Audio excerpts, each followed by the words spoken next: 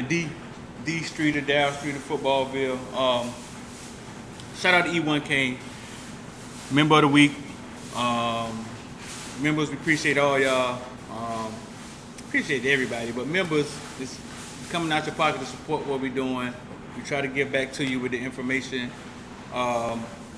You guys gotta DM us on Instagram or Twitter, get us your address so we can get your shirt for all the members of the week we've had so far.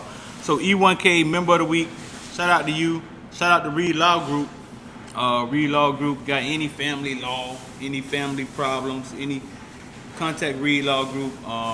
Andrea, she'll get the job done. She helped me out tremendously with me and my family court battles, you know what I'm saying? The community section, dog, on you, listen to me, YouTube. There's a community section on YouTube. All you gotta do is ask God. Go to Google, type in YouTube community section, and it'll point you to where it's at. The community section is where all the heat at. Is where we post at, we put polls up. It's where all of the members' exclusive stuff that only the members can see is in the community section. Y'all gotta check that out. Y'all gotta check that out. Listen, I never really talk, man. I never really tell my personal story, but I think people need to hear where I come from to understand who I am now. Listen, man. I grew up in basically Opelika area, Miami-Dade area. Went to Miami Park Elementary by Miami-Dade. My mom worked at Miami-Dade. And I remember, man, being 7 years old, having to walk from Miami Park, maybe a mile, 2 miles, Miami Park all the way to Miami-Dade to my mom's job. And I would spend a lot of time in the library with my mom. In the summers, my mom didn't really have money like that, so I would spend a lot of time in the library with her at work. Didn't realize how much that would help me in the future, but I spent most of my childhood in the library. Yeah, I knew where everything was at, run up and down stairs. I knew how to use the Dewey Decimal System and everything. But man, my life, I grew up, man, had a challenging life. My dad was in and out of prison. You know what I'm saying? I would go see my dad in and out of jail, in and out of prison. And eventually, at 12, he died. You know what I'm saying? He died at 12. Then my mom lost her job after that.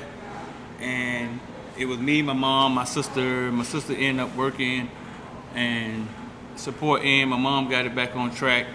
But, yeah, man, from house to house, living with my uncles, living with grandmother. Majority like with my grandmother, with family, not just me. My family lived with my grandmother. I grew up rough, man. I found love in basketball. A lot of people think it was football, but I found love in basketball after one day, man, walking to school, and got jumped by my best friends. That's my homeboys. You know what I'm saying? The day before, I got in a fight with one of my friends. We got in a fight. I kind of beat him up bad. Then somehow they went in cahoots and got jumped by my best friends growing up. You know what I'm saying? The greatest lesson in life ever. You know what I'm saying, that I ever had. Getting jumped by your friends. And it's only in 6th grade, so I mean, it wasn't a big deal, but it taught me about friends and people, and from that point forward, I married myself to a basketball, and I started playing basketball. I would go to the court all the time by myself, go to court, and became pretty good at basketball. Went to high school, played on a team that was number 1 in the state. We were almost ranked in the nation at New Orleans. And after that, actually in high school, played against some pretty unique people. Played against Vince Carter, you know what I'm saying? Played against guy Prince Filer, Abdul Rahim, Ray Young, Gary Payton's little brother. I ain't name them all, you know what I'm saying? I played against a lot of people. Best guy I played against though was Prince Filer out of Las Vegas. Dude was averaging 60 points a game in the tournament. He was 5'9". After that, it was the most amazing thing I ever saw. And after that, I realized that I wasn't going to the NBA. I wasn't even going to get close to the NBA. After seeing him and after seeing Vince Carter dunk on Tim James over there on the Panhandle, and Vince Carter dropping a triple-double on us, yeah, I knew at that point I wasn't going to the NBA. So I knew when high school was over, I had to find something to do. So I went to college for a semester. I was like, oh man, the teacher not gonna make me sit down. I could just walk out of class. I wasn't mature enough for that, so I went off to the Marines. Did 4 years in the Marine Corps. Got out of the Marine Corps, moved to North Carolina. Stayed up there maybe 10 years. Then got homesick, was ready to come back. I know you're sitting up there like, man, why is this man telling us his life story, man? It's all gonna come to fruition. I'm gonna bring it all together. You know what I'm saying? I'll bring it all together. Came back to Miami. I think at this time I had one child, my daughter Layla. Then end up getting back with Layla's mom, having another child, Sydney, and then we broke up again. This is where it meets Footballville. When we broke up, kind of went through the custody battle, child support thing, yada, yada, yada. Trying to figure that part out. One day I picked up the kids, picked them up, went to the library, went to go walking with them, forgot to call mom. Mom got all hysterical, thought I was trying to take the kids. Who wants to steal kids? Who would want to steal kids, T? Like, nobody would right now would want to like steal kids like from their mom. Like, no, you can never get them back. That don't even make sense. You know what I'm saying? But she got all hysterical, called her family. They got all crazy, and she got the kids back. I apologized to her. I saw she called me 100 times. I was like, man, listen, my bad. I picked them up. My bad. I apologize. The first thing I did. She got all crazy, and she took the kids. And that was her fear was that I would do something that she would do. She took them, and that began a fight that's still going on today. And that was maybe 8 years ago, bro. But she took them, and I didn't see them consistently. I saw them maybe a couple times a year. I would have to go to their daycare and sit with them. Then she would stop Dad. She tried to stop me from going to the school. But for 2 years, I had to fight for my kids. So, but when it first happened, I was pissed. I was pissed. And to keep me from doing anything stupid, I sat on the bed one day, and I was like, I always read self-help books, and I just thought to myself, like, there's a positive in every situation. I try to handle things like that. There's a positive in every situation. I was trying to figure out, like, what's the positive of me not being able to see my two daughters until this court thing blow over? It's like, okay, positive, I have time, I'm free. I can do things I can't do when I'm with them. And that's not go to the strip club, none stuff like that. But I can get things done because I don't have the two kids until I fight court and get them back.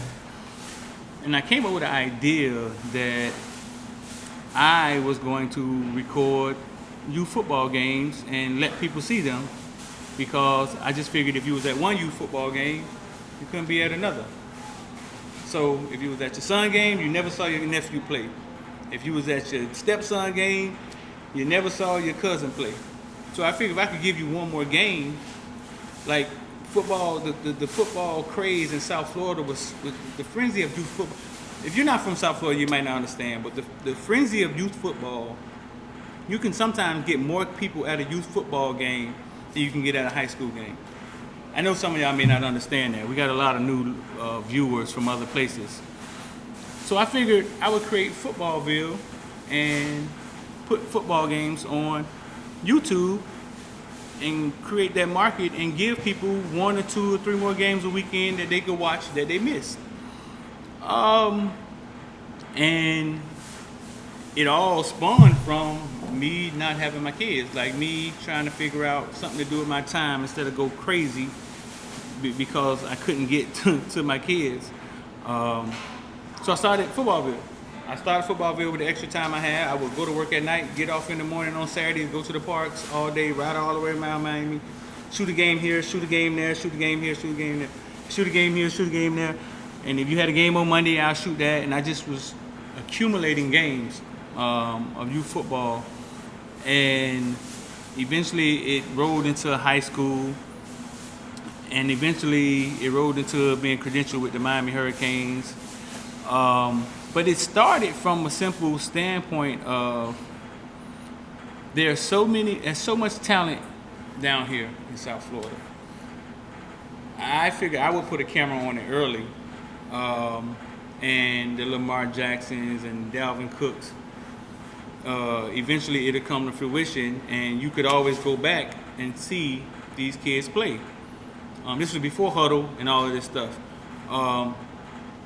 So it all just started with helping kids, basically. I didn't know anything about YouTube. I didn't know anything about YouTube making money. I don't even know if people were making money on YouTube when I started doing it. I didn't know anything about that. I don't think I tried to monetize the channel till later. You know what I'm saying? So it just all started from a simple fact of being creative, showing people football through my eyes, putting a spotlight on all the talent that we have early, and saying, man, 10 years from now, this may be something. And I've been doing that since 2012. So there's tons of families out there who can look back on Footballville and they have a memory. Because a lot of times parents don't think about recording their kids' games until it's too late.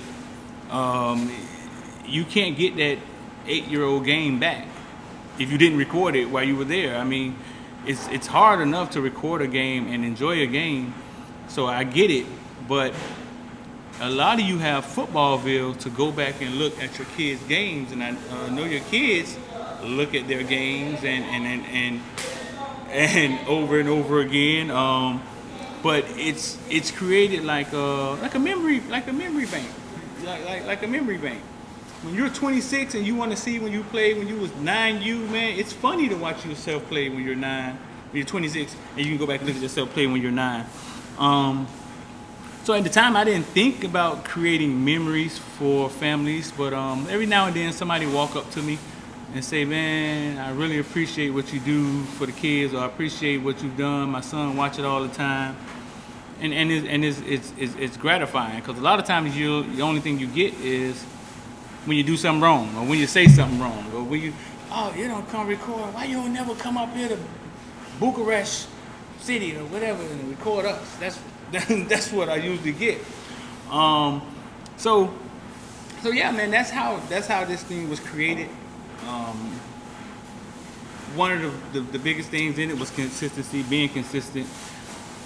Just keep going. Not really caring what people say, not really caring what people thought, because I knew they really didn't understand what they were looking at. They didn't understand social media. They didn't understand what it was. But I did early. Created a brand that's sort of recognized nationally. And we'll get into that later, like how I nationally trick people into looking at Footballville through a national lens. We'll talk about that later. But yeah, man, that's how it was created, and it was created from the essence of just to give the community more football. That's how it all started. I look back, I wouldn't do anything different. You know what I'm saying? I wouldn't do anything different, and it's gonna grow, and we're going different avenues with it. The base will kind of stay the same, but as you see, it's starting to look different. It's starting to go in different areas. We're gonna start putting more content in other places. Maybe on Facebook. We're gonna add content on Facebook too. Make his own separate shows, put them on Facebook. So man, y'all stay locked in with us, man. That's my boring life story. If you got any questions for me, man, let me know in the comment section below. I'm D Streeter, man. It's gonna take 3 motherfucking days, and that's what this nigga shit. I say, big time players step up in big